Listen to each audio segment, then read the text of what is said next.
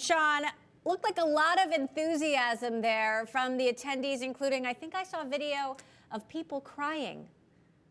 Yeah, you're right. There are a lot of fans and owners there, but also a lot of employees who I think we're really happy to see the hard work that they've put in over the last couple of years come to fruition with these first Model Ys that were built at this factory. And honestly, just the factory itself, the fact that they were able to get this up so quickly in such a short amount of time is really something that we don't really see too often here. It's something Tesla did in China with its factory there. But so I think that was all of those things played into overwhelming some people.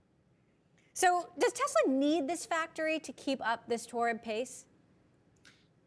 Yes, frankly. I mean, they still have some room to grow in China, and that's been a huge boon to them. The China factory is really a main reason why they've been able to grow their valuation and grow their deliveries, honestly, as much as they have over the last 2 years. But they are nearly at capacity at the factory in Fremont, California, which Elon Musk has said that they plan to try to find a way to expand, although it will be tough for them to do that. They don't have a lot of land there. One thing they do have here in Texas is a lot of land. They bought far more land than even this massive factory is taking up right now. And so they have a lot of room to grow.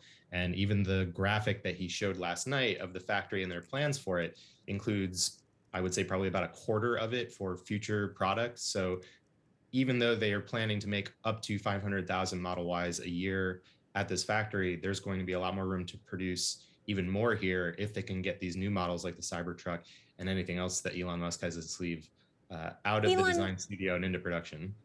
Elon Musk has made a habit of throwing these launch parties. I've been to some of them at the Fremont plant. But what does he get out of an event like this? Is this just, his version of marketing?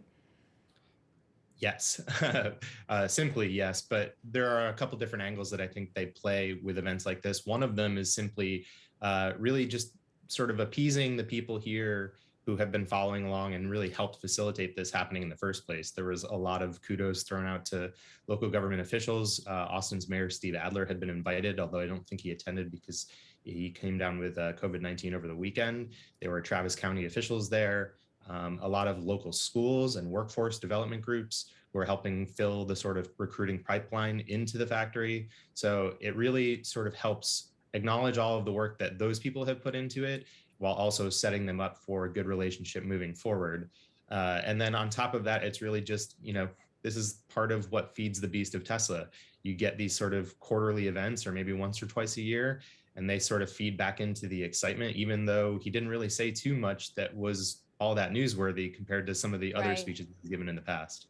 Meantime, a different reaction to Elon Musk at a different company, and that is Twitter. We're hearing that some Twitter employees not happy about Elon Musk joining the board, certainly not crying in jubilation. CEO Parag Agrawal says he's going to address the issue next week, potentially with an AMA with Elon Musk himself. What are you hearing about this?